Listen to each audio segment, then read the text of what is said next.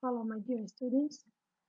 Today we start our first lecture in Pedagogy and Curriculum Innovation, in which we have an introduction to this topic. This topic is related to teaching English as a foreign language, since you are expected to be teachers or graduated as teachers of English as a foreign language.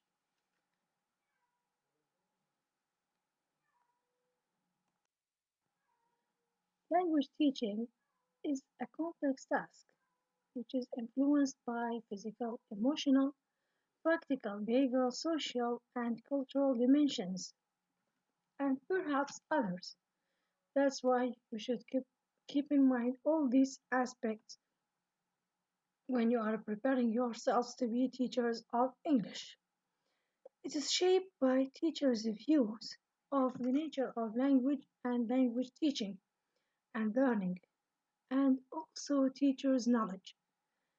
The idea of teachers' knowledge is very important. It is essential to our discussion today. That's why we need to know what is meant by teacher's knowledge.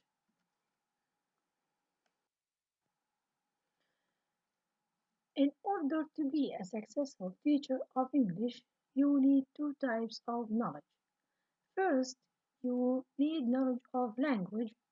This includes some knowledge of structure, form, and meaning of spoken and written language. This is known as language awareness or teacher's language awareness, which is knowledge about language.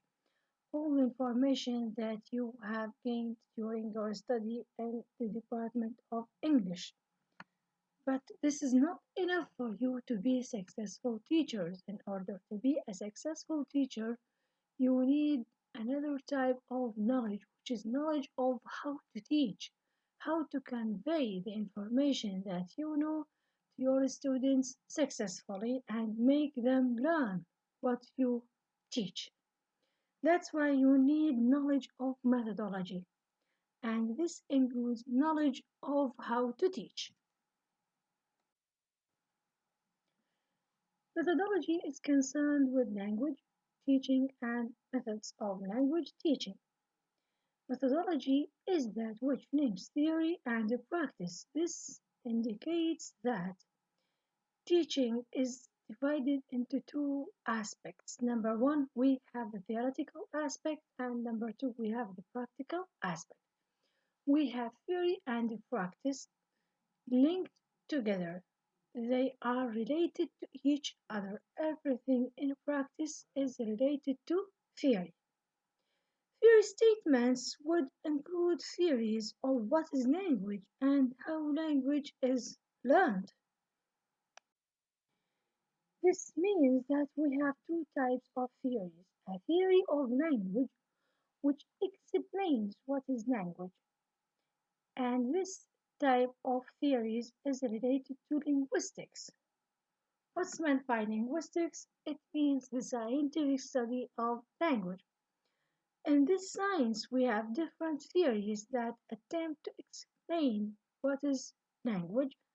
So we have different theories and we select a particular theory in the particular method that we are using. Another theory which is important in the process of language teaching is theory of learning, which explains how language is learned and is related to psychology. What's meant by psychology? It means the study or the science that attempts to explain human behavior, including human learning and language learning. So, we have different theories in psychology that explain how humans learn different skills, including language skills. We mentioned that we have theory and practice. The theory is related to theory of language and theory of learning, while practice is related to how to teach. That's techniques and procedures to language teaching. Of course, practice depends mainly on the theory of language and theory of learning that we select. Methodology also includes techniques and the procedures and the principles and beliefs that underlie them. Another idea which should be emphasized is the difference or the distinction between language skills and language components.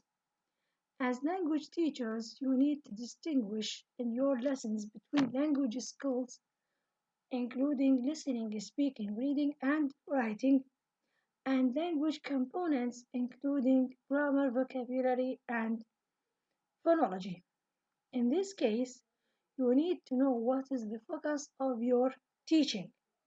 Is it on language skills or on language components or on both of them?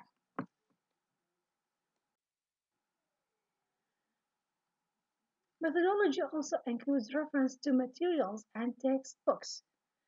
The language materials are presented during the process of language teaching and the textbooks used by the students in learning English as a foreign language. It also includes evaluation of learning. Evaluation is an important part of teaching and learning because it gives the teacher a feedback about to the extent to which the process of teaching and learning is successful, the extent to which the students are making progress and achievement in language learning. So, first we select the theory. According to this theory, we have the process of language learning, and then we have the assessment of students' language performance in order to measure their progress and the extent to which we are successful in providing them with correct and useful information that helps them to learn English. So, from this, we understand that methodology includes what to teach and how to teach. There are important terms that you should know. Number one, we have first language, which means the mother tongue or our native language. Target language, the language being taught. Then we need to know what is meant by TEFL, which is teaching English as a foreign language. It means the students live in a country where their own language is the primary tongue. Similar to our situation in Iraq, we learn English and teach English as a foreign language since our native language is Arabic. Also, we need to know what is meant by teaching English as second language. It means students are living in an English speaking country and need to learn language to cope with day to day life. English is not their first language. So, in this case, we are concerned with teaching English as a foreign language. Another distinction that you need to know is the distinction between acquisition and learning. What's the difference between language acquisition and language learning? Language acquisition happens naturally, similar to the way in which we acquire our native language as a result of everyday communication with family members and society members. We don't go to school to learn our native language, we learn it naturally. But learning happens consciously when we go to a particular institution. We have formal teaching, we have textbooks, we have different procedures to learn the language. So, acquisition refers to an unconscious process that involves the natural development of language proficiency through understanding and using the target for meaningful communication, while learning or language learning refers to the process in which conscious rules about language are developed. Knowledge about the forms of language and the ability to verbalize this knowledge as a result of formal teaching. That's all for our lecture today. I hope that you understand these important terms and learn them because later on we will need them as a basic or as basic terms in our discussion of the coming material. Thank you very much.